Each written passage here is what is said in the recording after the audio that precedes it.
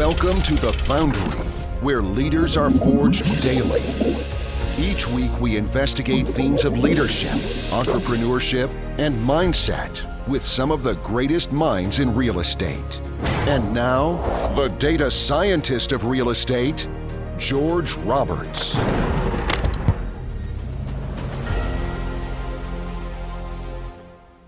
Welcome back, Foundery family. I want to thank you for your viewership and listenership. You have helped this podcast become what it is today. Without you, there is no podcast.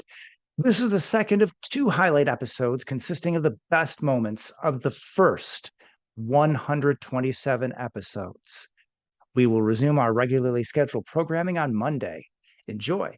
Catch you on the flip side. Like children, most human beings, we all start off like a glass, and we all start off the exact same, really. We're like a glass, and then life puts fingerprints on our glass. And everyone needs to understand that they're not the problem, that life happens. It just happens. It's not good or bad.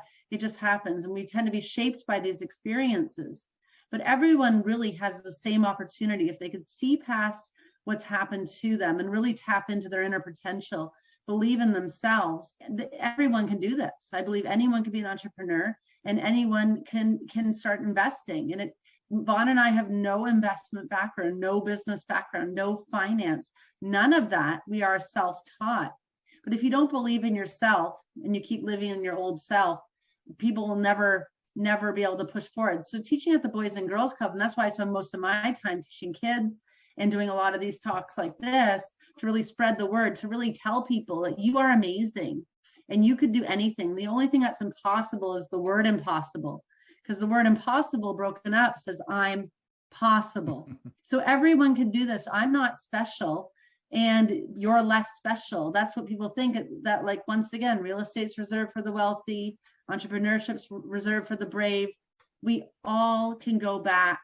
If we can move past the fingerprints on our glasses and just start from that present moment, you can build something amazing and really start building your best. Started even a bit farther back. My husband and I were medical device sales and selling imaging equipment, the big machinery, CT and MRIs.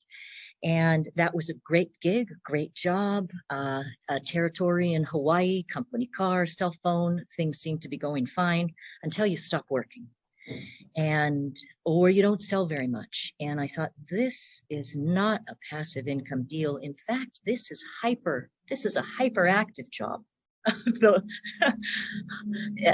moment I stop working, the paycheck stops. And in fact, the more I work, the more I pay in taxes. So this seemed to have an inverse relationship to wealth building. Enter real estate.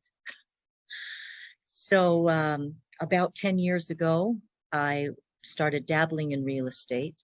I bought actually my first property, a duplex in San negotiating. Francisco. I love finding a great deal. I love meeting new people that want to come and have a fund and link arms with us. I love meeting people like 𝐂𝐚𝐿𝐸 and Christy Keaton and bringing them on board and helping them to find a way and a place and a space. So those ladies have done a phenomenal job finding properties for us, and we've brought them into the fold, and they come in and take part on our team. Both of them have poured in a mighty way with Quattro Capital, and it's been an absolute pleasure and a delight working with them. Power to change that. They can make more money. If you're having a money problem, learn to make more money. If you're having a relationship problem, learn to create new relationships. If you're having a weight problem, learn how to create a new weight for yourself. Anyone could do this. It's just the pain has to be great enough for to tap in and them to make that initial change. When I was finishing that master's degree, I couldn't miss any school because I would have forfeited a 2-year degree.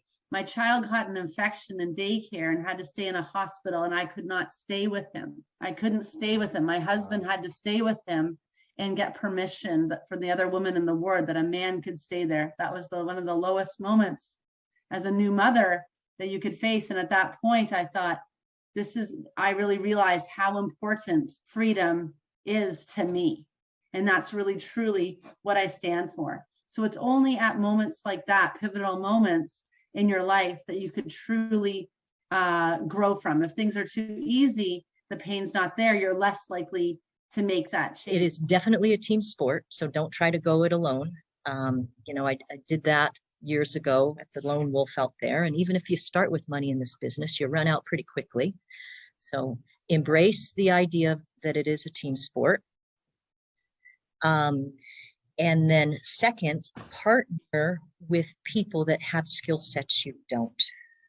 In the case of our hotel conversion, these guys are in the weeds, in the trenches. They're heavy lift operators. They know every single thing that could potentially stands for being very clear on what your goals are, where you're headed, having a vision.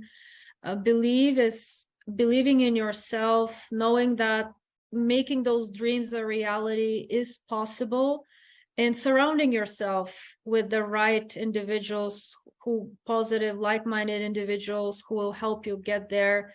And achieve stands for action. None of it matters if you don't take action, even if it's that very first small step that you take.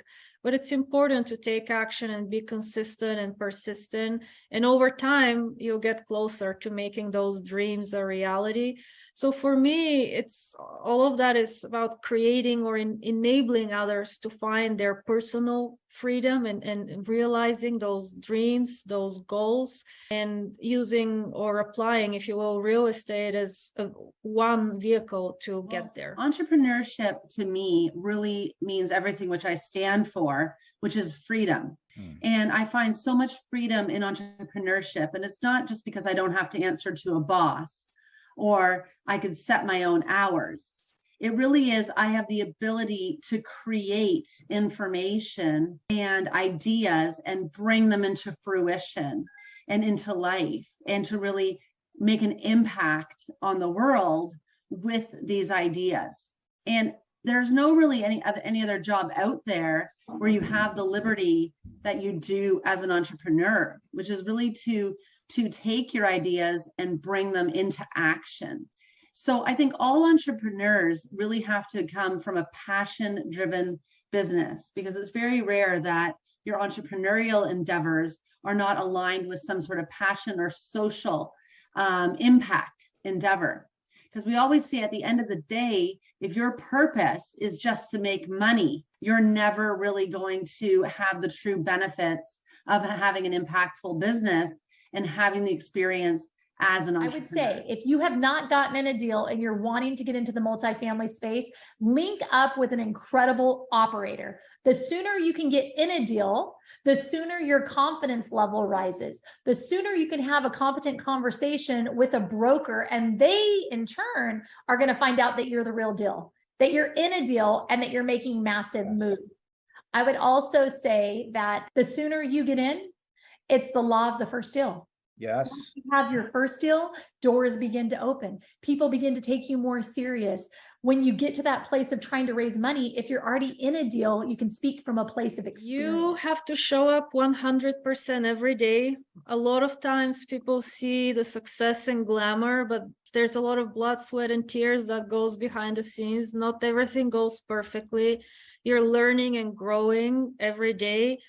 But even on those tough days, the best you can do is extract the lesson and move forward. Lick your wounds and move forward. Just keep going and be present 100%. Monica 𝐀𝐮𝐝, I am a wife and a mother of 4 wonderful yet expensive children. I live in Toronto, Ontario. And my business that I run alongside my husband is called RPI Education, where we help everyday people invest like the top 2%. So basically, we help people build wealth primarily through investments in real estate. So Vaughn and I started out as real estate investors over 13 years ago, and we built our own personal fortune through many years of trials and tribulations. We had no one really helping us out. And we actually wrote a book about all the mistakes that we made in real estate called Real Estate Mistakes, Our Mistakes, Your Success.